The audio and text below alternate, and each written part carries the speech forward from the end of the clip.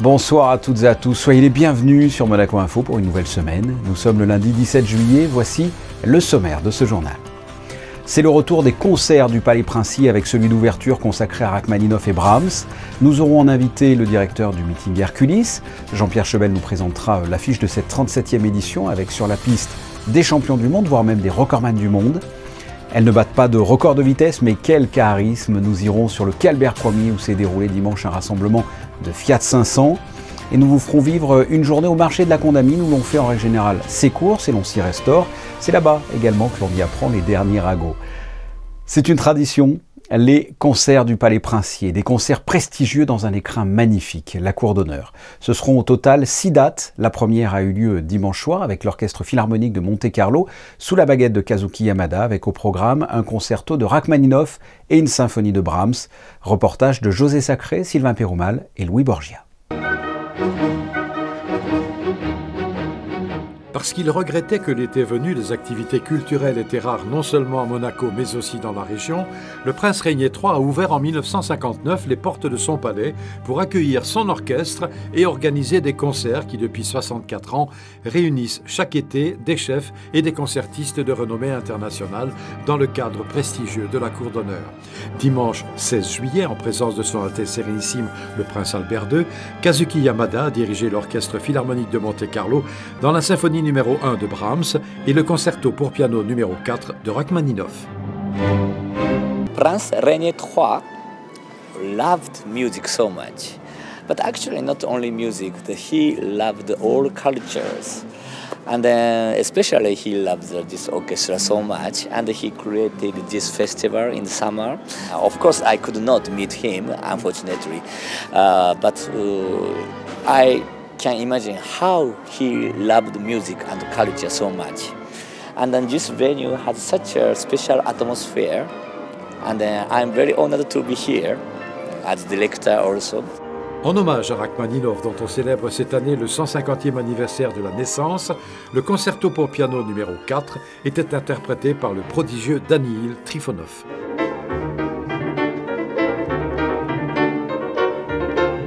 One of the top pianists of the world, of course, and it's incredible. So his concentration, I cannot touch. His concentration is very special. And how to manage, I cannot imagine how to manage. But he's really, really special, unique soloist. And we are very, very happy to play with him.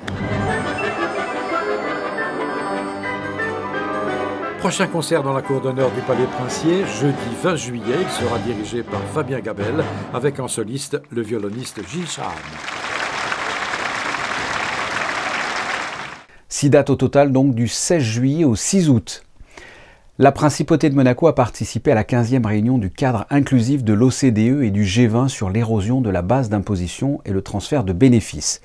Lors de cette réunion, 138 membres représentant à eux tous plus de 90% du PIB mondial se sont accordés sur une déclaration de résultats reconnaissant les progrès significatifs accomplis et permettant aux pays et juridictions d'aller de l'avant dans la mise en œuvre de la réforme historique majeure du système fiscal international. Cette déclaration est en train d'être présentée au ministre des Finances et aux gouverneurs des banques centrales des pays du G20. Ce vendredi, en soirée, se déroulera la 37e édition du désormais célèbre meeting Herculis au Stade Louis II. Les meilleurs athlètes du monde seront présents avec au programme 11 disciplines masculines, du 100 mètres au 800 mètres en passant par le saut à la perche. Il y aura également 6 disciplines féminines, le 200 mètres, le 1500 mètres ou encore au hasard le saut en hauteur. Recevons pour nous mettre l'eau à la bouche le directeur du meeting, Jean-Pierre Chebel, bonsoir. Oui, bonsoir. C'est reparti pour une nouvelle édition d'Herculis. Que peut-on dire de ce cru 2023 ? Je pense que ça sera un bon cru. On a une bonne date, on est bien placé, on est derrière les sélections qui ont eu lieu, quel que soit le pays. Et puis, il y a un mois avant les championnats du monde, donc les athlètes sont en forme, sont prêts à en découdre. Et je pense que les athlètes sont au top et qu'on aura une bonne soirée. Quelques noms, quelles sont les pointures, les stars qui seront présentes ?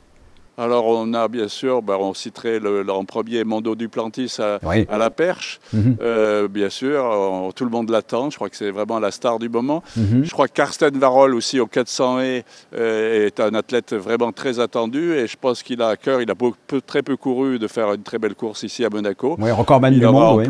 Oui, il est recordman du monde. Au saut en hauteur, on a tout ce qu'il y a de mieux. Le saut en hauteur, c'est des filles.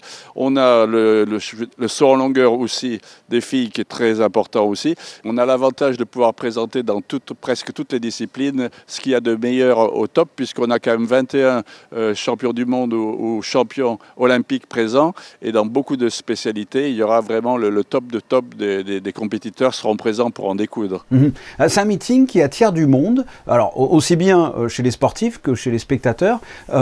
Quelles en sont concrètement les raisons? Qu'est-ce qui plaît dans ce meeting selon vous? Je crois que ce qui plaît d'abord avant tout, c'est qu'en 2 heures de temps, on peut voir ce qu'ailleurs on va voir en une semaine de temps dans un championnat du monde ou aux Jeux Olympiques. Je crois que c'est la proximité des compétitions. D'abord, la première chose, le stade est beau.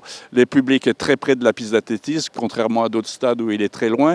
Le rythme des compétitions est soutenu.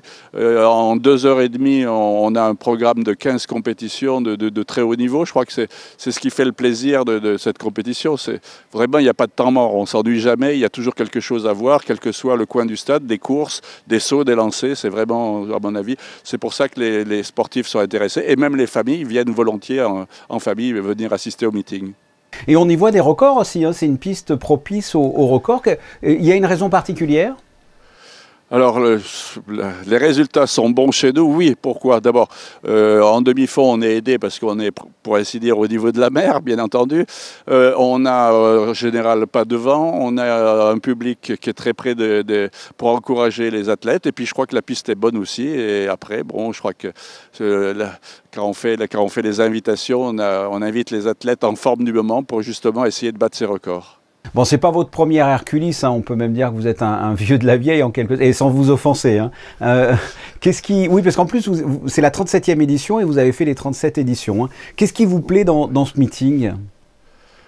Moi, ce qui me plaît, c'est, je dirais, l'ambiance. Je crois que justement, à peine on arrive dans le stade, on est pris. Souvent, on a du mal même à aller s'arrêter, se lever pour aller boire quelque chose, tellement qu'on est pris par le spectacle. Je crois que c'est très prenant. Il y a toujours quelque chose à voir et je crois que c'est l'avantage de ce meeting. Alors pour finir, si vous deviez garder un souvenir d'Hercules depuis le temps que vous vous en occupez, depuis les 37 éditions, qu'est-ce que ce serait?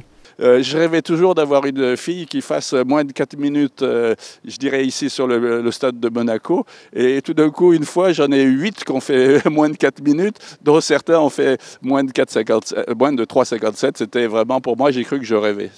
C'était merveilleux. Ah ben voilà un souvenir.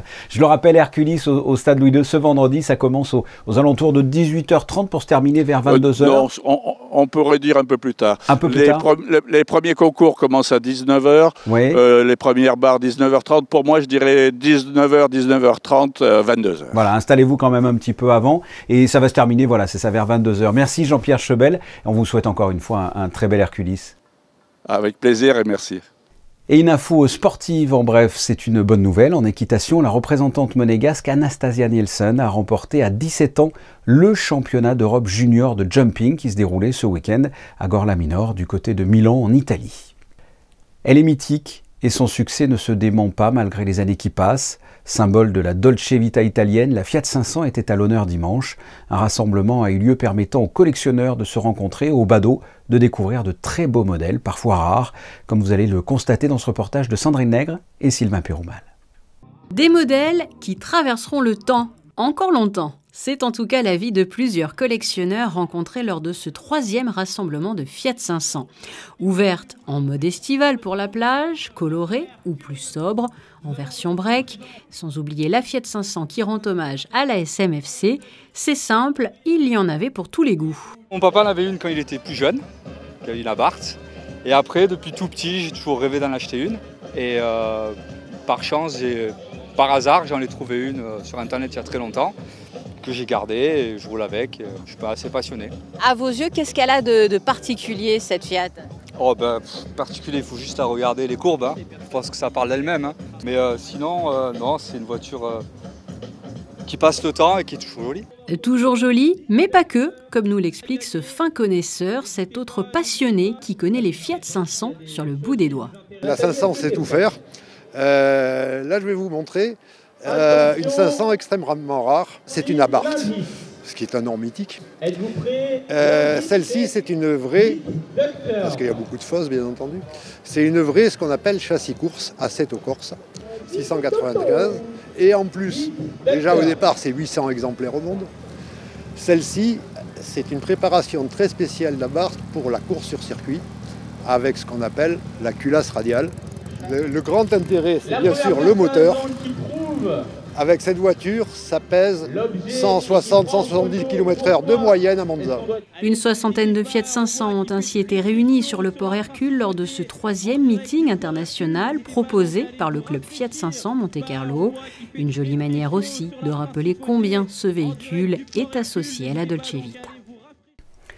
Retour sur la dernière soirée du Festival international d'orgue de Monaco. Cette 18e édition s'est achevée ce dimanche à la cathédrale avec un concert intitulé « Salut étoile de la mer » en référence à l'hymne marial Ave Maria Stella. Les spectateurs présents ont pu apprécier le programme de musique sacrée, alternant chant et orgue autour du thème de la Vierge avec la soprano Jeanne Bernier et à l'orgue Gabrielle Marguieri. Autre manifestation, toujours organisée par la direction des affaires culturelles, le théâtre du Fort-Antoine. Et c'est original, une scène ouverte pour les jeunes et par les jeunes, qu'il s'agisse de musique, de théâtre ou de danse. Le rendez-vous pour cette scène ouverte ce mardi 21h30 au Fort-Antoine. Ce mardi, un diamant princier estimé à plusieurs millions d'euros sera mis en vente parmi 300 autres bijoux de collection lors des enchères de l'hôtel des ventes de Monte-Carlo. Nommé l'Eternity Drop, il est le bijou le plus important jamais mis aux enchères en Europe. L'experte Chantal Beauvois vous présente cette pièce d'exception au micro d'Anaïs Riu. Il fait exactement 76 carats 52. Il est de couleur D. Il est complètement pur et il est originaire des mines de Golconde, c'est-à-dire les diamants qui ont la plus belle eau. C'est donc un chef-d'œuvre de la nature. C'est introuvable, aussi gros, aussi pur, aussi blanc, aussi transparent. C'est vraiment une chose introuvable. Il est estimé entre 5 et 7 millions d'euros. La vente va se dérouler probablement au téléphone. C'est vrai que les gens qui achètent des choses aussi importantes, ils n'aiment pas trop être dans la salle. Donc probablement que les enchères seront au téléphone. Nous avons eu des visites de tous les plus grands diamantaires au monde. Des New-Yorkais, des diamantaires de Tel Aviv, de Londres, d'Australie, de Corée. Donc depuis déjà 6 jours, ils demandent des rendez-vous privés pour regarder le diamant de façon très très précise. Le mois de juillet est synonyme de vente aux enchères en principauté. Demain, nous vous présenterons la Monaco Auction Week de la maison Arcurial. Il fait très certainement partie des lieux où vous faites vos courses. Le marché de la Condamine est une place incontournable pour acheter des produits, mais aussi pour consommer sur place. Il attire les monégasques, les résidents, mais aussi les touristes pendant l'été. Sandrine Nègre et Lionel Bernardi se sont rendus sur place. Il est situé au pied du rocher. Le marché de la Condamine a toujours eu une situation idéale en plein cœur de la Condamine. Il est 10h, pendant que certains savourent un bon café et discutent à l'ombre, certains choisissent les fleurs qui vont embellir leur table. Il y a bien sûr celles et ceux qui sont ici pour acheter les aliments qui vont être consommés au cours des repas. On a une clientèle d'habitués. Bon, les clients monégasques généralement partent en vacances, donc on a un petit peu de passage avec des touristes qui viennent un peu pour les curiosités, la courgette de Nice, les olives, des choses comme ça. Mais bon, l'essentiel, ce sont des clients habituels. C'est le cœur de Monaco en fait. Voilà, on rencontre des gens, c'est très familial en même temps et convivial. Donc j'aime venir prendre mon petit café, faire mes petites courses, voilà. Fruits, légumes, oui. Et il y a des très bons commerçants. Une ambiance, une atmosphère donc. Le marché de la Condamine propose aussi à sa clientèle de consommer sur place. Pour cela, plusieurs enseignes pour manger bien sûr des spécialités monégasques, mais pas seulement, italiennes aussi, libanaises ou encore asiatiques entre autres. Pour le déjeuner, et pour le dîner. On est venu manger en famille et on profite de ce choix vraiment divers pour manger finalement chacun quelque chose de différent. C'est pratique parce que ça nous permet nous de voir les enfants jouer et puis on mange dehors et c'est très très agréable. Et tout au long de l'année, la mairie propose d'ailleurs des journées et des soirées thématiques au marché de la Condamine. La prochaine aura lieu ce 19 juillet, une soirée enfantine, magie et ballons dès 18 h. Le rendez-vous est pris. Faisons un point sur les prévisions météo avec vous, Christine Datomel, bonsoir.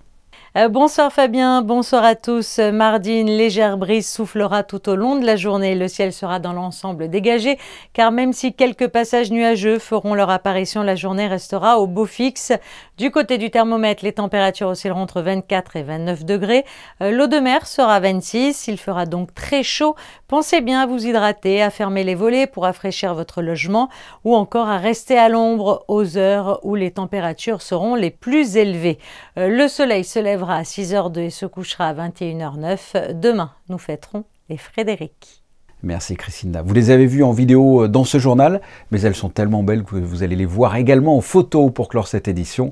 Le rassemblement de Fiat 500 sur le quai Albert Ier qui s'est déroulé toute la journée de dimanche. Ce sont des photos de Frédéric Nébinger. On se retrouve mardi 19 h. Je vous souhaite de passer une excellente soirée. Au revoir.